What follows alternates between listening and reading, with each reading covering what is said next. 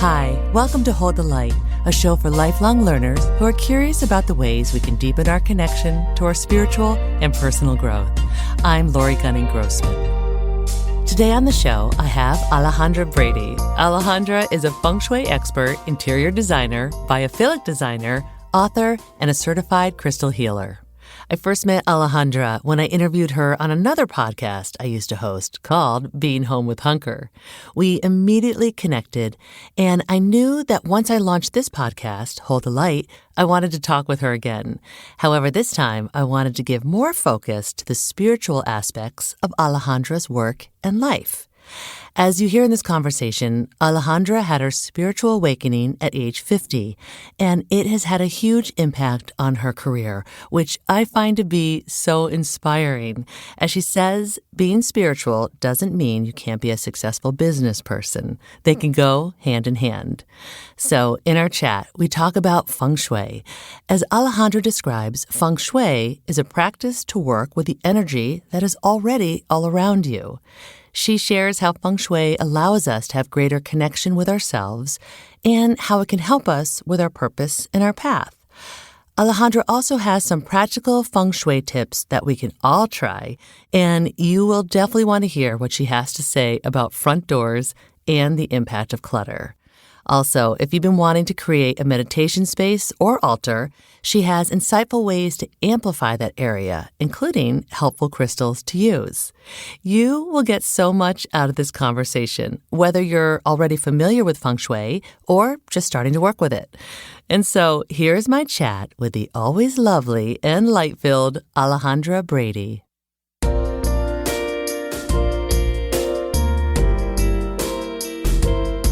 To get started, my dear Alejandra, my intention for our conversation today is to talk about Feng Shui and how it can help people feel elevated, energized, and supported, and also to celebrate the spiritual aspects of Feng Shui. This is what I'm really excited about, the spirituality of it all. So welcome. Thank you. Yes. Let's get started. Okay, so I know from talking to you already that your spiritual life has great meaning to you, and I love this. So to start, I would love to hear from you what your connection is to something greater, whether it's the universe, Gaia, divine, whatever that means to you, and how do you cultivate and honor your spiritual life on a daily basis? All right, we're going there. We're going there quickly. So what I will first say for people that have, known me for a long time and may be listening to this now is I was raised Catholic. I was never not in a Catholic uniform. From kindergarten through the end of college, I was in Catholic school. So at some level, I still identify with that, but I am not a practicing Catholic. When I had my spiritual awakening at the age of 50, I kind of veered more into a different type of relationship. And I actually find it's so much more, what's the word I want? Rewarding and fulfilling than I ever felt sitting in a church pew. And that is for me personal. Everybody's different. We actually had a bridal shower for my soon-to-be daughter-in-law here a week ago. And my sister, who converted as well, and she is now Jewish, is an incredible person in her faith now. And I mean, she is raising the children that way, and they go to camps and they do all the things. And to her, religion is super important, religion with a capital R. To me, it's more spirituality. And I think anybody and everybody's way is right. I don't think there's a right or a wrong way. It's whatever resonates with you. What resonates with me is to have my quiet time every single morning to meditate. That's super important to me. I need that time. And my day is just not the same if I don't get to do that, which doesn't mean I do it every day. I mean, some days you can't. But then from meditation, I go straight into a short prayer, and then I do a short prayer at night. And then everything I do throughout the day, I just try and make it super intentional and with the highest and greatest good for whoever I'm either working with or seeing or having a conversation with. I always want whatever I'm doing to channel the highest and greatest good in me for the highest and greatest good in that person. I don't want to be out there speaking negatively or doing things that might affect people negatively. And to me, I think that's another connection. And then as far as Mama Gaia, I got to go to Machu Picchu last year. So anytime I get to do, hands-on retreats with the earth, I mean, we lived in Sedona, obviously being in nature and feeling and touching and all that stuff, animals and plants is a really big way that I connect with the universe and with Mama Gaia and with God, whatever that may look like, to everybody. That's super, super important to me. I have plants all over my house. They make me feel closer in that way, just different things, crystals, all that stuff. Oh, I love it so much. I love that you do meditation. You mentioned silence, earth, animals, plants. It's all so connected and so beautiful. And the other thing I love that you said, Alejandra, is that you had your spiritual awakening at the age of 50. Let's talk about this for a second, because this is what I love, is that this can happen to us at any age. As long as we are open and willing, we can have spiritual awakenings at any age, like a cracking open. So when you were 50, and I know that you've talked about this before, but maybe just a short story about what that looked like and felt like for you. Well, I was literally cracked open. I had to have a very unexpected cervical fusion. So they opened up my throat and put a plate in with 6 screws and all the other trimmings that come with having a cervical fusion. It was 3 years after having a lower lumbar fusion and a full hysterectomy. So I had just barely gotten to a point where I felt recovered when this happened, and this is what it took for me to be still. Because even from the other surgeries, I'd pop right back up to whatever I was doing and just, trudge along. And things had been happening for many, many years, but I just never connected the dots. When you're forced to sit still for 6 to 8 weeks in a neck brace, you're not driving, you can't read, you certainly can't work. I kind of shut down my design business at that point in time. And I had the opportunity to be still. And that's kind of when everything happened, and that's when I decided to study Feng Shui. And that's when I reached out to who became my teacher, my beautiful Karen Rock Carter. She's my main teacher. And that's when I got the little inkling to perhaps try meditation. And then through meditation came the messages to write the book, and it just kind of rolled on from there. And the more that I dived into different modalities and different things and sought out teachers, the more information came to me, the more answers came to me, and the entire purpose for my life has completely pivoted. I'll be 56 next month.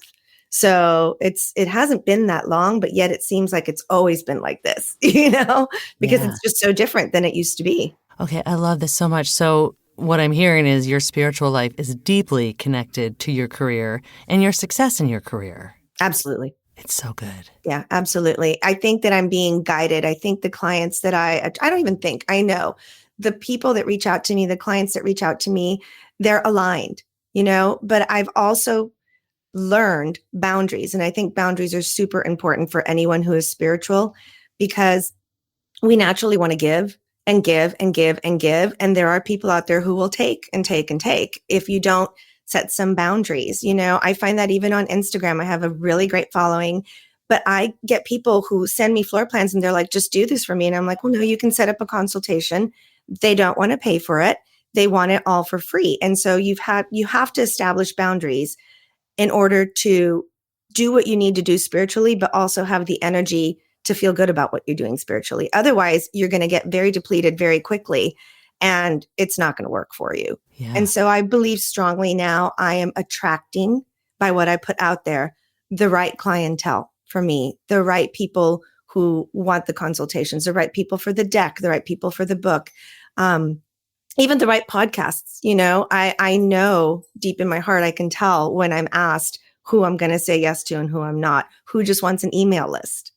Mm-hmm. You can start to tell those things. And I think that's important, because being spiritual doesn't mean that you cannot be a successful business person. They can go hand in hand. A lot of people don't feel that way about spirituality, but I do. Right on. I'm with you. Yeah. I can have nice shoes and be spiritual. course. Of course. Okay, let's get into some Feng Shui then. Since you are a Feng Shui consultant, here's what I want to know. How does Feng Shui allow us all to have greater connection and communion with ourselves and help us with our purpose and our path? Wow. Okay. Well, I feel Feng Shui can do all that for you because let's just think about my week. So in the past week, I have gone to a breathwork class. I did sound bowl healing, like a meditation class. I do yoga. I do Pilates. I went to the doctor today for my annual checkup. You do all these things for yourself, because you're trying to improve and you're doing all that. You open the door, you walk into your space, and it's a cluster, and I'm not going to say that those things don't help because they're always beneficial, but it's like salmon swimming upstream. If you come in and your home is not a haven and it does not support you energetically, then you're coming in from the outside world with no place to restore and renew. And you're continuing to fight whatever the energy is inside your home. I mean, it's hard enough out there in the real world, right? You want to walk into the door and be able to just take a big sigh of relief and put all those things that you're doing for yourself, have them make the most possible advantage that they can. I don't know, that came out really backwards, but you know what I'm saying? Mm-hmm. It's like, have them be as beneficial to you as they possibly can, because you also come home to a supported environment. You don't come home to an environment that is depleting your energy instead of restoring your energy. Love that. There really is a thing, I think, when people come into a home. I'll say if someone comes into my home and they say that it feels nice, like the energy feels nice, that just feels like the highest compliment to me. Yeah, even more so than like, I love your artwork or I love the way you've designed it. The feeling is what so many people are responding to, which I love. So here's a question then. When we have clutter in our home, what is that doing to us energetically? So clutter blocks you energetically. Clutter creates obstacles. It's funny that you asked me this question. A few weeks ago, I had a client who has a less than orderly home, but that's why, hey, she called me and we're working on it. And I was trying to explain this to her and how clutter just blocks opportunities and blocks the energy from coming in the door. And I could tell that she wasn't receiving it. And suddenly, as I get my little flashes of light and my little inspiration. I'm like, okay, think of this. You're in high school. You're making out with your boyfriend. You guys are trying to get to the next base, and your little sister comes in, and stops you. And then she leaves. And then you add it again and she stops you. Like, you're trying to get to a certain point and you can't get there because you're being blocked at every turn because somebody keeps in and interrupting your progress, Mm-hmm. And she got that. She's like, oh, okay. I'm like, that's what all of this is doing to your home, and your home having all this clutter around is creating, unfortunately, obstacles. And it could be to any of the 9 areas that, the gua in Feng Shui pertains to. It could be career. It could be relationships. In her case, she was having some issues with career. She was feeling very stagnant. So, we worked in that area. It could be with family. It could be with health, obviously with wealth. So many people come to me about finances. So having clutter anywhere in your home will create obstacles, and certainly having clutter in the areas that pertain to those guas will adversely affect, whatever you're trying to have happen in your life. Yes, and it's something that I think about a lot also when, say, there's a home with a family and there are children in areas of fame, of wealth, of the places where you would like to have a little more control over. Yes. What do we do? Let's give a real life example. Sure. There's a lot of situations where that is the case, where a child's bedroom falls either into wealth, which is the back left-hand corner of your home, or fame and rep, which is right next to that. And fame and reputation, wealth is pretty self-explanatory, but fame and reputation is how the world sees you. Not necessarily, I want to be famous, unless, that's what you want, and then that could be your intention. But it's basically how the outside world views you, and certainly how you're viewed in business or anything that you put yourself out there for. So what I tell people is this: kids need their space. I have come to understand that when kids have 10,000 million stuffed animals on their bed, they are kind of creating their own little cave, their own little safe space, their own little haven. And that is the way that they are doing it. So what I would say is focus less on that whole section of your home and then maybe take a different area of your home. So take the wealth area and you can place the bagua over that room. And so then you can work on the fame and reputation area of the wealth corner or of career or of whatever, you may be needing to. So that's the beauty of working with the bagua map, is that you can overlay it over your entire space. You can overlay it over each room. Standing at the door to the room looking in, you would overlay it with career right at your feet, or you can overlay it on a nightstand or your desk. So if you're missing, a lot of people, sometimes I get called and homes are missing an area. Mm-hmm. So if that's the case, then we go room by room and we overlay the bagua over each room. I actually had that case in my house in Sedona because it was built to take advantage of all the different mountain views. It was by no means a square or a rectangle. It had all these funky shapes. So I just overlaid the bagua in each room and worked within the room and I then love did it it. on my desk. And I do it on my desk in my house here and my husband's desk as well, even though the whole house is done within it. So you can keep working and make it but you can do it to your bed. You could actually feng shui your bed, under the mattress. Like you can put different things under the mattress for wealth and fame and all the different things. So you can work with it that way too. Ooh, so like put photos under there or put things under there? I would not put photos because, again, those are eyes. And in the type of feng shui, and by the way, let me just say this for everyone listening. I practice BTB feng shui. There are different schools of feng shui, and I get a lot of DMs with people confused about things. I would say find a practitioner that you resonate with, see what kind of feng shui they practice, and then find other practitioners along those lines too. So, you can get information from different people, but try and stick to one school of feng shui. Otherwise, you'll end up super confused. So just side note, you can put like under your mattress so that you're not feeling it. You can have an amethyst in the wealth corner, even if it's just a little stone, or some gold coins, something to symbolize wealth.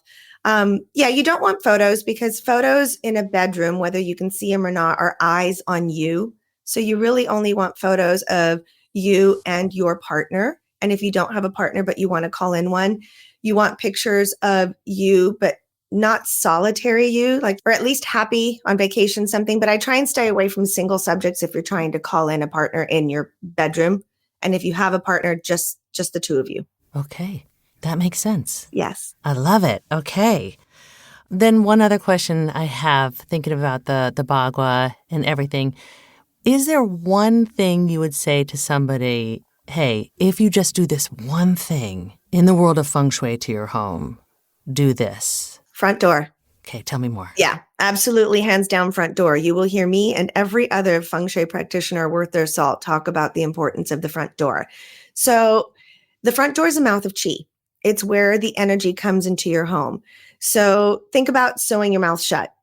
How are nutrients going to get inside your body? They're not, and if your mouth is in bad shape and you can't take in nutrition, how are nutrients going to get into your body?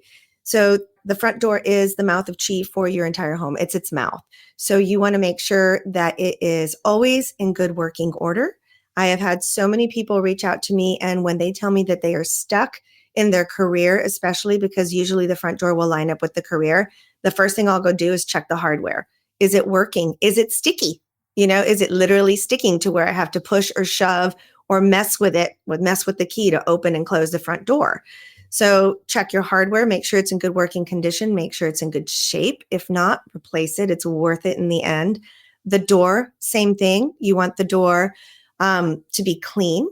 And today we're recording on a full moon, but I have a ritual that I like to do every new moon. So, and it just keeps me going at a monthly pace. So I know that even if I am very, very busy, at least once a month, I touch base with my front door. I normally do it more often, but I wipe it down inside and out with a few drops of basil oil and a few drops of rosemary. Basil for prosperity, rosemary for protection. And I give it a good wiping, wipe down the hardware, wipe down all of it. And then I will sweep around it and I will make sure my lights are working and that they're in good shape. I will make sure my doormat's in good shape. I like to change that at least once a year. I'm now facing south in this new house. So I'm kind of seeing if it's wearing out a little faster with the really strong Florida heat. Might have to change it twice a year. So just keep an eye on all those things. I have beautiful flower pots out front to attract energy in. It's all about attracting the energy. You don't want your front yard overgrown to where the energy cannot find you. How you walk by those houses and everything's just so overgrown you can't see the front door. Well, that means energy can't either, and it won't find it. And I will tell you, our Sedona house we got for a lot less than we should have. And the reason for that was they had let it overgrow completely. You couldn't see the front door from the road. So we got in there and just, we hired an arborist and we just got in there and cleared it as much as possible, and everything shifted. It was amazing how it shifted once we cleared that path to the front door. You don't want weeds outside. Those choke growth and opportunity. You don't want anything behind the front door. Again, you're blocking opportunities. So lots of different things you can do in that area. And I think if you don't do that, all the work that you might do on the inside won't be as beneficial because you're not inviting the energy in. Step one, get the energy to your door. I love it. I love it. Love it. And simple enough too. It is. And it doesn't have to be expensive. I mean, at the most, a new doormat and some flowers. Yeah. Okay, let's get back a little bit to the whole spirituality thing in Feng Shui. So bringing it to meditation and silence and stillness. If someone is wanting to create, say, a meditation space or a meditation altar, what are some of your favorite things that you would recommend to someone to help amplify that space for them? So I've done quite a few. Some of my clients, I call mine my Serenity Sanctuary. I actually am fortunate enough to have a full room for meditation here at my house. And thank you, Empty Nester. I have others call it their Zen Den. So I think that's a really cute name too. But it doesn't have to be an entire room. It can just be a corner. Step one, an area where you can be quiet. The middle of your family room or a corner of your family room is probably not going to be the right space for a meditation room. What we did at our previous houses, we had a guest room that was rarely used, and one day it was actually my husband's idea. I have to give him credit for that. I was, floating around trying to find little corners to meditate here and there. He's like, why don't you just undo that room and create a meditation room? And I'm like, that is brilliant. He's like, for what? The 3-4 times we have a guest? I mean, almost everybody stays at a hotel now. Our son has his own room still. So what I put in mine that I encourage everyone to put in, first and foremost, a place to practice, a mat, have something to sit on, just to have a mat to kind of ground you into the space. I think that's really important. If you want an altar, you can certainly create one, and it can be as small as a tray, or it can be a console, the top of a console table. It can be whatever you have room for. I was listening to another podcast, and the host was talking about her first altar was on a tray that she could move to the different spaces. If she couldn't meditate in one spot, she could take it to another. I'm like, that's brilliant. Absolutely brilliant. If you have the luxury of having an entire room or a larger space, I love burning incense when I meditate. I love having palo santo. I must have done something with fire in another lifetime because I just can't get enough of anything I can burn. So candles, incense, palo santo, all those things work really well for me and kind of help me get into like, okay, the incense is on. It's time to sit. It's time to be quiet. Kind of brings you down into there. I love having music. I mean, I'll put YouTube on and just kind of have Vivaldi playing. They have the 4 seasons of Vivaldi. It's like 3 hours long. It's perfect. So any kind of music that you can have around you. The dogs, the animals will love it too. If you want bells or crystals, all the things. I mean, that's when you can really just have fun with what that means to you. And it might be different for everybody. I have all my working crystals. So I have crystals that are specimens that are throughout my house that are larger pieces. And then I have the ones that I sit and hold in the palm of my hand when I am going to meditate. So I have my little bowl with all my crystals that I can pull from. Love it. Do you have one particular stone you like to hold? I do different things with different crystals. So I sleep with a crystal under my pillow every night. I have this beautiful, I did get it in Sedona. I have this beautiful combination of rose quartz and amethyst somehow that they had at a crystal store there. I sleep with that under my pillow. I think if I am working on career and trying to manifest more career opportunities, I love pyrite. I love that. And I use that a lot. And what's the other green one? Is it malachite? It's green with kind of like some stripes going through it. I believe malachite's the right word. That's another great one for when you're trying to manifest abundance, financial abundance, not anything else, but financial. Amethyst is always great. There's so many things for that. They call it the stone of sobriety. If somebody needs to work on that, that's a great one. It helps you sleep. You can use it for wealth, calling in wealth as well. Rose quartz, if I'm feeling a little depleted, hosting all last weekend, even though it was all for such a happy occasion. By Sunday, after hosting for 4 days, I was depleted. So a little rose quartz goes a long way for some self-care, And then when I just need to clear, like just really get in there and clear. And after I do one-on-one consultations, because, I'm immersed in a person's home and I am listening to them and I am taking on their feelings and how they feel about their space and their life. Clear quartz is a great one to just kind of remove whatever needs to be removed. Love it. Those are some of the favorite ones I work with. I have all sorts of them, but those are some of my faves. So good. I was about to say I have one of the clear quartz on our dining room table, which is kind of in the middle of our home. Another great place for the clear quartz would be by the front door, because then if anybody comes in with less than positive energy, the clear quartz will absorb it and it won't come into the rest of your space. I love that. Oh, this is so good. Okay, another question I have. So I think about light a lot, and it's one of the reasons why I call this podcast Hold the Light and Lightness. When we want to connect to a feeling of light or lightness in our home, what are some Feng Shui ideas you suggest around that? Declutter. I would say that's number one, because if there's less, you feel lighter. There's no way around that.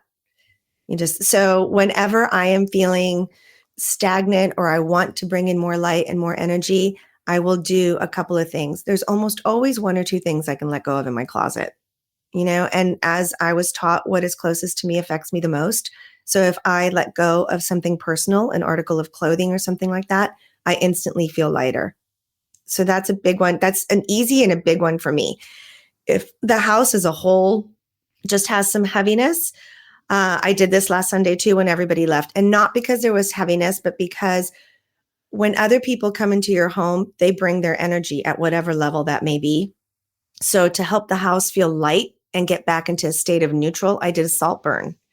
And I teach people how to do the salt burns. It's easy. There's a whole bunch of steps, but not a lot. There's not that many, but it's on my Instagram. So it's very easy for people to see, because I've done quite a few videos and reels on how to do a salt burn. You just need a few ingredients, and it definitely lightens the energy in the house. It's like smudging and smoke cleansing on steroids. So if I don't feel like walking around the entire house to smoke cleanse, I just do a salt burn right in the middle, and boom, shifts the energy. So that's another one I do. I love this. Or moving 27 things around your home. That shifts the energy and lightens the energy, and anything that's stagnant. Vacuuming. Oh my goodness. Honestly, vacuuming, turning on a light in a dark corner. All those things will help to just really lighten the energy in a space. And they're easy. They're inexpensive. They're very doable. It's not something that feels overbearing to a person that they just can't handle. They're all very, very simple things. Nothing takes more than 10 minutes. I love this. And it's not saying, hey, you need to go buy these big, huge crystals. Just getting out your vacuum cleaner or doing your salt burn, which, by the way, I'm going to go and look on your Instagram to get this recipe, how to do that. I love that. These are all so doable and easy. And your answer to declutter is I think it's the answer for all of us to hear. It's so good. Nobody wants to hear it because it takes a little bit of effort, yeah. But it's necessary, and you can have somebody come help you. I am helping a client right now, but I'm like, you've got to be here with me, because if I do it all for you, it's not going to mean as much as if you are invested and you make the decision to let something go. Right. That's where the power lies, when you make the decision to release, so you can get help by all means. There's so many people who do beautiful organization and all that, but you need to be a part of it yourself to really feel all the benefits from it. You have so many good ideas. I love all of this. It's so good. Okay, I just have one more question for you. So as we're wrapping up, I guess what I'd love to hear is one thing that you hope people can embrace about Feng Shui? If someone has never heard of Feng Shui and they've come to this conversation for the first time and they're leaving, what is something that you love about Feng Shui that you hope people understand and embrace about it? So I'd say two things, if that's okay. Mm-hmm. First and foremost, I feel a lot of people don't understand what Feng Shui is. So I start off almost any workshop that I do, any interview that I'm doing, by explaining what it is not. I think it's super important for people to understand what it is not, because there's so many beliefs that we were all raised with that maybe hinder people from diving into this, who maybe otherwise would be curious. But then a lot of times people say, oh, it's witchcraft. No, it's not. It is not witchcraft. It is not religion. It is not anti-religion. It is not a belief system. It is none of those things. It is merely a practice to work with the energy that is already all around you. You know, why not work with it instead of work against it? You don't have to believe or not believe anything. All you have to want to do is to want to align yourself. And, you know, whatever you do in your home affects your entire family, right? So I also have a lot of times women coming to me saying, well, I want to do it, but my husband doesn't believe. It's okay.